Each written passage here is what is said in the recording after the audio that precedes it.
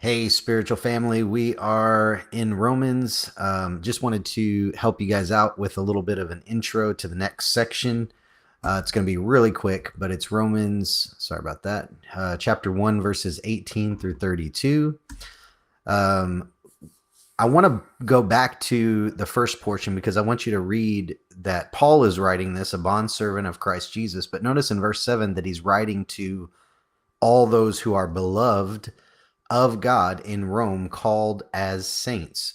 So I don't know if we mentioned this last week, but Paul is literally writing to people who are believers. He's not writing to people who are out in the world. He's not writing to a secular community. He is writing to a community of people who are calling themselves believers, or they're coming to faith in Messiah. All right. That is what we are seeing here. Yes, they're in a Roman culture. Yes, they're in a pagan culture. Yes, they're in a difficult society, much like you and I are. But it is addressing people who say they are believing in Messiah or say that they are trying to follow the God of Israel.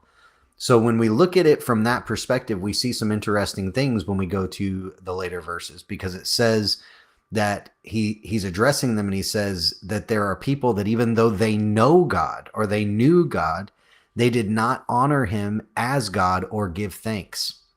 They exchanged the glory of the incorruptible God for an image in the form of a corruptible man. They exchanged the truth of God for a lie, and they did not see fit to acknowledge God any longer.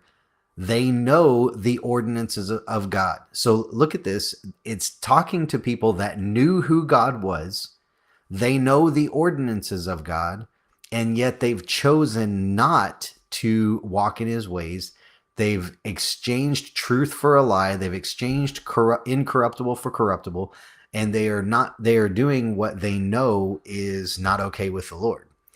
If we move to a couple of different parts, it says, so God's response to them is he gave them over to their lusts, the lust of their hearts to impurity. And he gave them over to degrading passions, and he gave them over to depraved minds to do the things which are not proper. So the Lord is not going to force you to follow him. We know that they knew who he was. They're without excuse. They know the ordinances of God. They are a lot like us. They have the scriptures. They know the truth, and yet they're like us. They are choosing not to follow the ways sometimes, and they're giving into the lust of their hearts, to impurity. They're giving into degrading passions.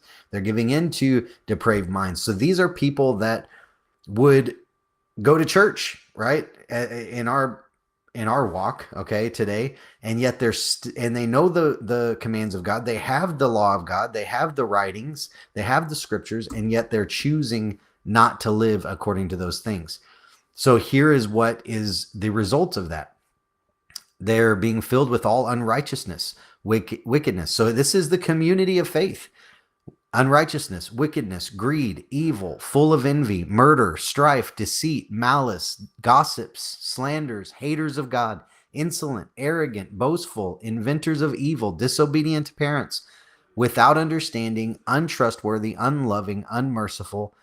And although he's going to say it again, they know the ordinance of God, and that those who practice such things are worthy of death. That's the penalty of sin, the penalty of going against the ordinances of God. They not only do the same thing, but they give hearty approval to those who practice them. So it's a very interesting perspective when we look at Romans, because they're in a lot of the same boat that you and I are today.